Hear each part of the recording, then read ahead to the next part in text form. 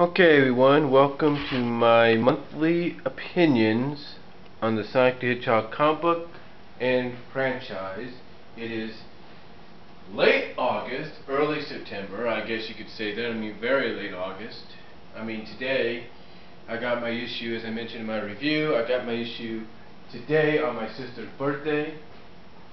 Usually I would probably have gotten it this past weekend, but I think because of the fact that Hurricane Irene was traveling about and the fact that there was other weather related situations, that was impossible.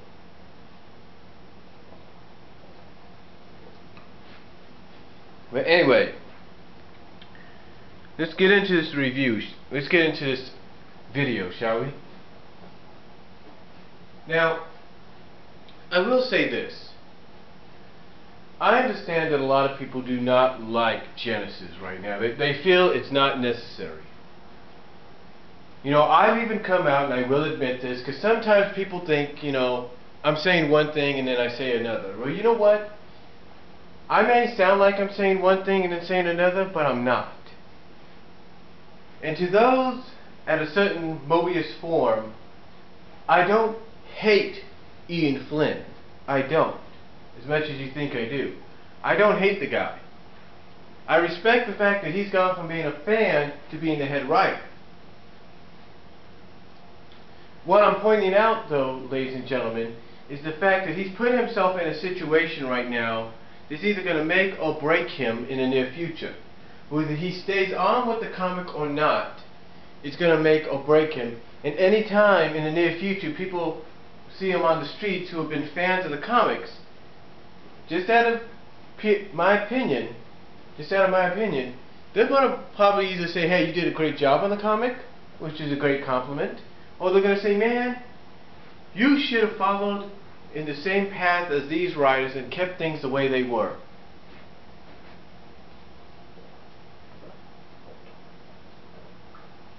And again, I'm not saying that because I hate the guy. I respect him. But I think a lot of people right now are looking at him as if he's put himself in a situation in which there's no getting out of. A situation that he's either going to have to make up for should he go along with what he's planning to do. You see, many fans feel as though he's going to do something that you know, is going to upset a majority of the fan base and a majority of the readership. Now, some majorities of the readership and fan base wouldn't have a problem with what he'll do because they feel it's time for a change. And some others, you know, honestly don't care if he takes out a certain princess, because to them, that makes space for a certain pink hedgehog to come in and take her place. Now, I'm not saying that, you know, I'm not saying that I'm a part of any of those majorities. I'm kind of like someone that's on the sidelines. I'm like, well, whatever he does, maybe it's good for the comic. I mean, yes, I admitted in one of my videos that, yes, I would be upset if he took out a certain character. Yeah, I'd be upset about it. But the thing is, I realize that sometimes you have to do things to make the comic more interesting and appealing to those that may degrade it.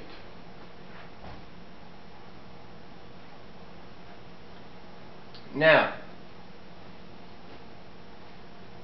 again, I'm not trying to go back on some of the things I say because, honestly, overall, Genesis is the make or break situation right now for Ian Flynn.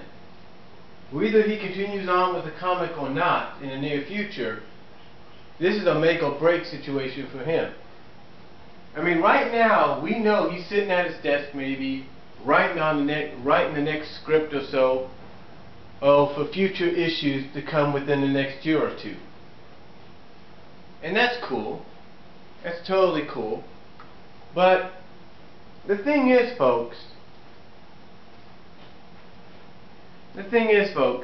he may be sitting at his desk right now doing that, but I believe, and as much as some people think I hate the guy, I don't. I believe he's thinking to himself in the back of his mind that this Genesis deal is either going to make or break him, because he realizes that there are going to be many fans possibly emailing him, faxing him, running up to him at conventions and saying things like, why did you do this, why did you do that? So I'm sure he's got that in the back of his mind. However, what we have to also realize, folks, is sometimes descriptions and even preview covers for issues can be deceiving. What I mean by that, folks, is we have seen the preview covers for 230. We have seen the preview covers for 231. And we've read the descriptions. We have seen the covers. But we have to realize that sometimes those can be deceiving. In fact, one person said at one of the Sonic sites that a cover and a description is always just a way to attract readers to the comics. Especially if you go to a comic shop and you see it on stands, and it's supposed to attract your attention. Like if you see 230 on the stands come October, it'll be appealing to your eyes, because you'll be like, whoa, that's interesting, I have to look at that. And then when you see 231, again, that would be appealing to your eyes, because you're thinking, what is that? Because right now, the 231 cover has a question mark on the silhouette. Now, according to one source, or a few sources, that silhouette question mark will not be there when the comic is officially released. However, we have seen that before. 174 had a heart and a question mark on it. A heart silhouette and a question mark in it. Now, I ask you, when that issue was released, 174, did they remove that heart and reveal who was on the cover? No, they kept it in. So whoever is in this question mark silhouette, I don't know whether they'll remove it and put something else in its place, or they're just going to keep it and you're just going to have to open the issue to see who it is. Now, a lot of fans and people have given their opinions and thoughts as to who this question mark silhouette character on the cover of 231 is. Some have said when you look at the reaction of Sonic, Tails, it could be who they don't want it to be. It could be somebody that they don't want it to be. And that person could be Sally. Some fans have said, please, that's probably Sally, you know, as that question mark silhouette, as the Titan Metal Sonic. I hardly think that's it. You know, some will say, well, what if it's Sally roboticized? Well, after reading this issue, that might be a possibility, but still, we don't know. You see, the description for 231 may say that the world is safe, but at a terrible cost. We don't know exactly what that terrible cost is. I have said this various times. We don't know what that terrible cost is. We can assume all we want that it's Sally.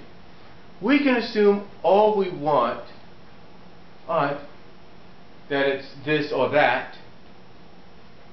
You know, but can we truly assume that it's this or that, or it's Sally? We don't know. To me, I think Ian Flynn's going to hit us with a curveball. It's like I said, you go back to Sonic Universe, the final issue in the Silver story arc,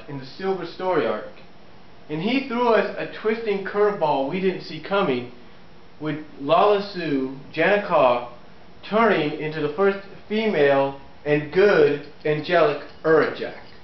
We didn't see that coming. In fact, you look at a lot of the message boards in which they review the comics in, and they will tell you that they never saw that coming. They didn't see that coming. As much as they thought they would see something coming, they didn't see that coming. And that's why I believe Ian's got another curveball he's going to throw at us with Genesis. Because think about it. You think it's going to probably be Sally. You think it could be this. You think it could be that. But what happens when you find out it's not, and it's a curveball thrown again? You see, we don't know what Ian's got in store. We probably never will know. But all I do know is this. Ian's going to have a lot of people, whether he ends Genesis on a good note, or whether he ends it on a bad note, or whatever, he's going to have a lot of fans asking him questions back and forth. I mean, I guarantee when this is all said and done, fans are going to bombard his site, bombard his email, they're going to bombard him at conventions, when they see him on the streets, they're going to be asking him questions like, why did you do this? Why did you do that? Why go through this? And some people will say that, Sega was the one that wanted something to coincide with the franchise's 20th anniversary. That I can understand. But here's what I've always pointed out, folks. Here's what I've always looked at, and I'll be honest to God. I'll be honest to God with you on this one. If Genesis is such a big thing, why not separate it into its own spin-off? That was always my question. I mean, I can understand that Genesis takes part in the continuity, if you will, inside the continuity, if you will, but to me, you could have spun it off into its own little story arc in a different book. You could have done that. I mean, I know the Scourge story arc right now in Sonic Universe is getting a lot of positive reviews. There's no doubt about that. But if I was Ian Flynn, or if I was a head writer at Archie Comics, I would say, you know what? I want to put the Genesis story arc in Sonic Universe. That's what I would do. I would want to put the Genesis story arc in Sonic Universe. Just like they did with Journey to the East, or West, whatever you want to call it, I'd want to do it with Sonic Genesis. And you know why? You know why? Because that way, I could focus on the aftermath in the main comic. Or reverse the roles. I would have or reverse it, or do it the other way. Have Genesis in the main comic, but use Sonic Universe to focus on the characters that have been affected that we don't see. That we don't see. We don't see certain characters right now. We don't know what happened to them. That's the way I would have dealt with Genesis. But still, I can understand why it was done. Now, a lot of people do notice, there are a lot of fans that do notice that there are some Sal moments, which is short for Sonic Sally moments, in the Genesis arc. There's no doubt about it. I mean, this issue was a good example of it. But is that just a tease, according to many fans, to annihilating that relationship and doing something to a certain princess? We don't know. And that's another thing I've been meaning to tell you about. Have you noticed that ever since Genesis was released, have you not noticed that when Genesis was released, that Sally's no longer a princess? That she's just Sally Acorn? I mean, even in the headline things, the cast thing on the first page, it says Sally Acorn, courageous leader. It doesn't say anything about her being a princess. Heck, maybe that's one of the things Ian wants to fix here with this Genesis. Hey, Sally doesn't need to be a princess anymore. She's just Sally Acorn. Let's just do it that way. Okay, alright. If your intent is to make Nagas king maybe in the near future, then fine. Then fine. You know, make Sally not a non-princess. Make her just another character. Now, I know some people would be upset about that. I mean, some fans would say, hey, we got to know her as a princess, why are you ending it and all that? The truth is, yeah, you know, not a lot of fans would like it, but you know what? It's probably the best thing if it happens, because to me, that is the one complaint a lot of fans that, as some fan artists have said, are haters that hate. Some fans that are haters that hate, that's the one thing they have picked on about the character. The fact that she's a princess, and they don't like it. Maybe Ian's fixing that. Maybe he's saying, hey look, I'll show you, she doesn't have to be a princess. We'll just make her a regular citizen, and that's it. Who knows?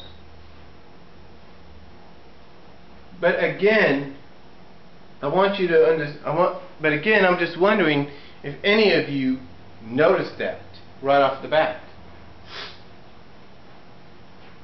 But, you know, the thing about Genesis, but the whole story arc right now, what's going to happen afterwards, you know, I understand from all sides of the fan base, from all sides of the fan base. I can understand a lot of fans don't like the fact that we have the story arc.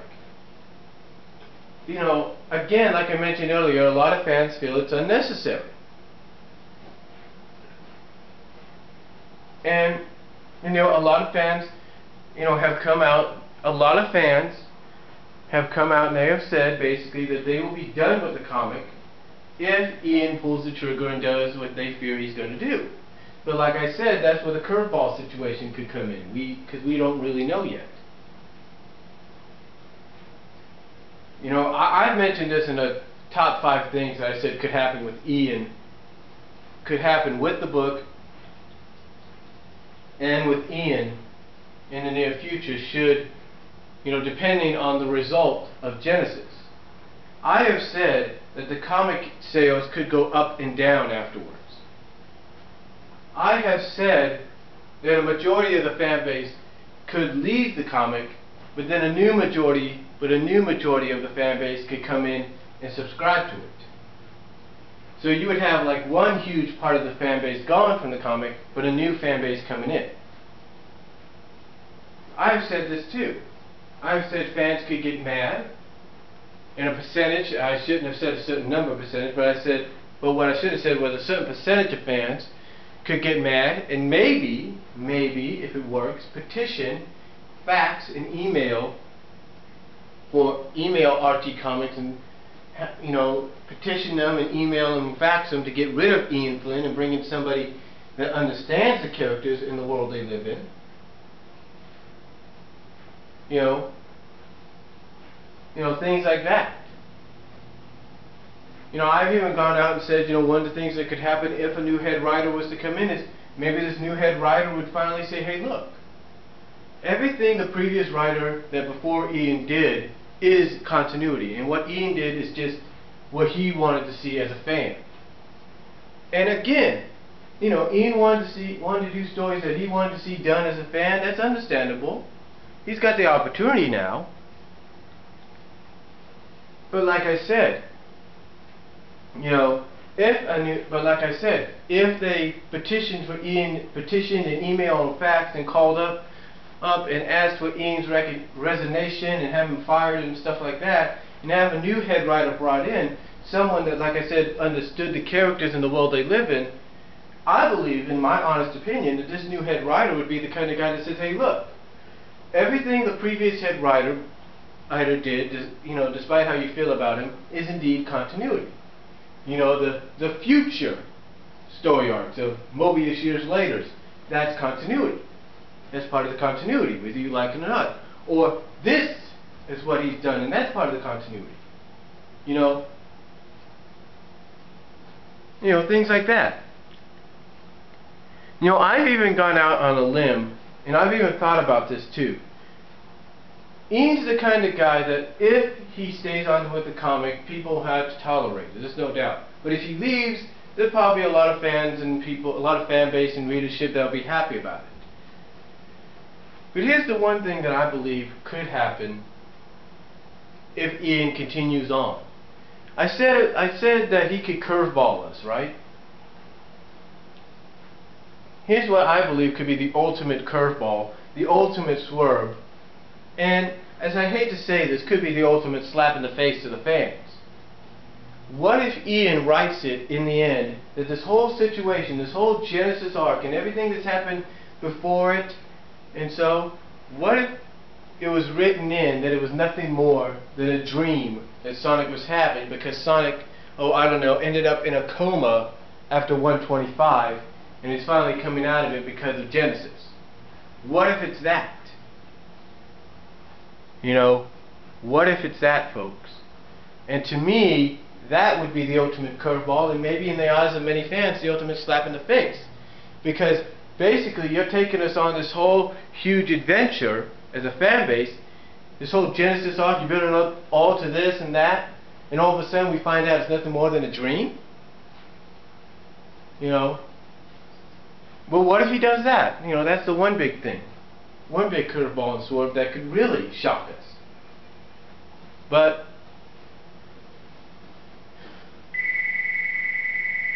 that's all I'm going to say for now, and that's about it, and I will talk to you all later. Peace out.